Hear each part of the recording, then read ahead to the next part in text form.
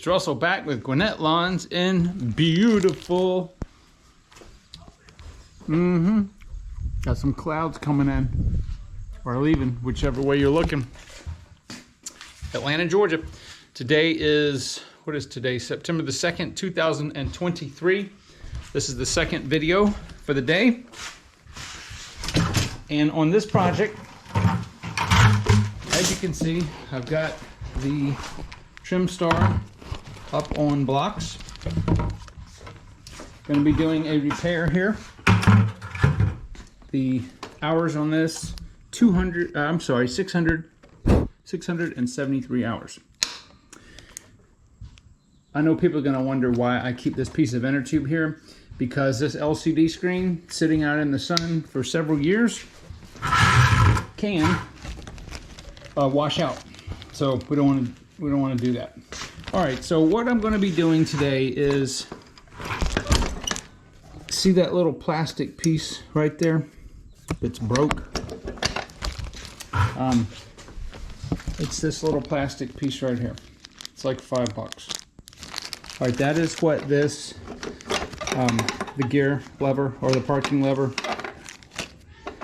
rests on, and it's quite difficult to replace, or it can be. So the reason that I have this up like this, you don't need to do this if you have a Trimstar, is so that it'll be a little easier for me to show you guys. But the parking lever is right here. So I am going to have to remove this nut, this lock nut right here. And then there's two double locking nuts up here, because in order to replace the plastic piece, which is right there, you have to take this lever out right here. So I'm going to do that, and I believe this is a 14 millimeter. Let me verify that, and we'll be right back.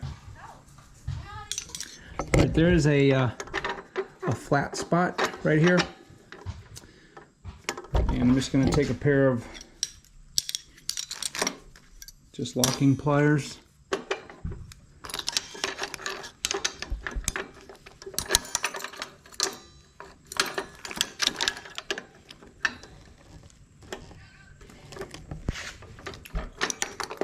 It's hard to do one-handed.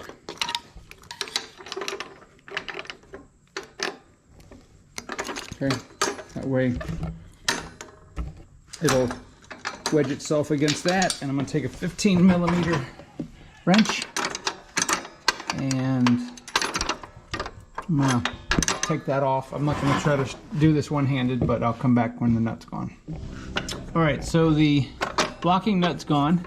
Now there's two nuts right there, and those are 14 millimeter, and I had to make a special wrench modification to do this.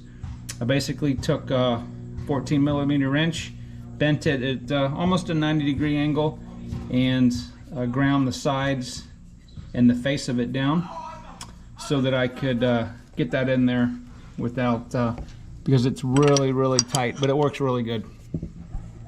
So I'm going to I've already loosened that one, and I'm just going to take those two nuts off, and then we'll remove the lever.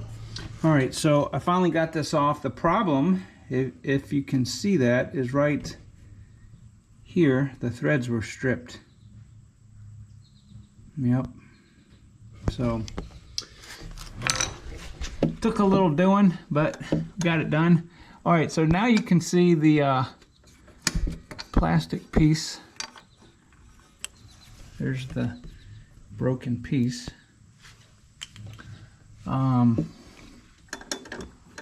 There's a little nub still up there, so let me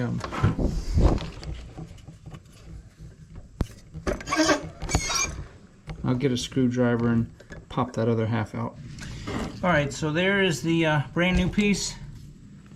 There's the broken piece. So the question is this under warranty? Yes, it would be under warranty. However, it's Saturday, and it's quicker for me just to pay $6 to get the part and fix it myself than having to take the mower up there and have them do it. So once it's gone, the goal is to get it right up there. So the best way to do that is just to kind of reach underneath there. I can't do this with the camera. Reach up there and then it just slides on like that. All right, so there it is right there. It took approximately 3/4 of a second to get that in there. All right, so now what we've got to do is I've got to, I think this is a 3/8 thread. I'm going to make sure the nuts are going to go on there fine before I put the main nuts on there. But what you have to do is you've got to stick this through the hole here and then put one nut on there, then put the other nut on there, then run it down to the height that you want it, and then once you get that set, then you put the locking nut on there. So I'm going to see if I have a tap and die that's this thread. That is really mangled up, but it's all right. We'll get it working. All right, so this is just a standard 3/8/16 thread. So I'm going to recut the threads here. Now it's really tight right here. So let me, I'm gonna stick this in the vise. We'll thread it all the way back up and show you what it looks like when I'm done.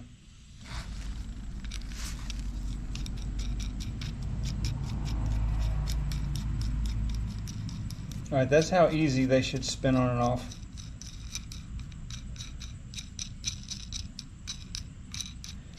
If you don't have a set of tap and dies, you're really missing out because they are very, very useful.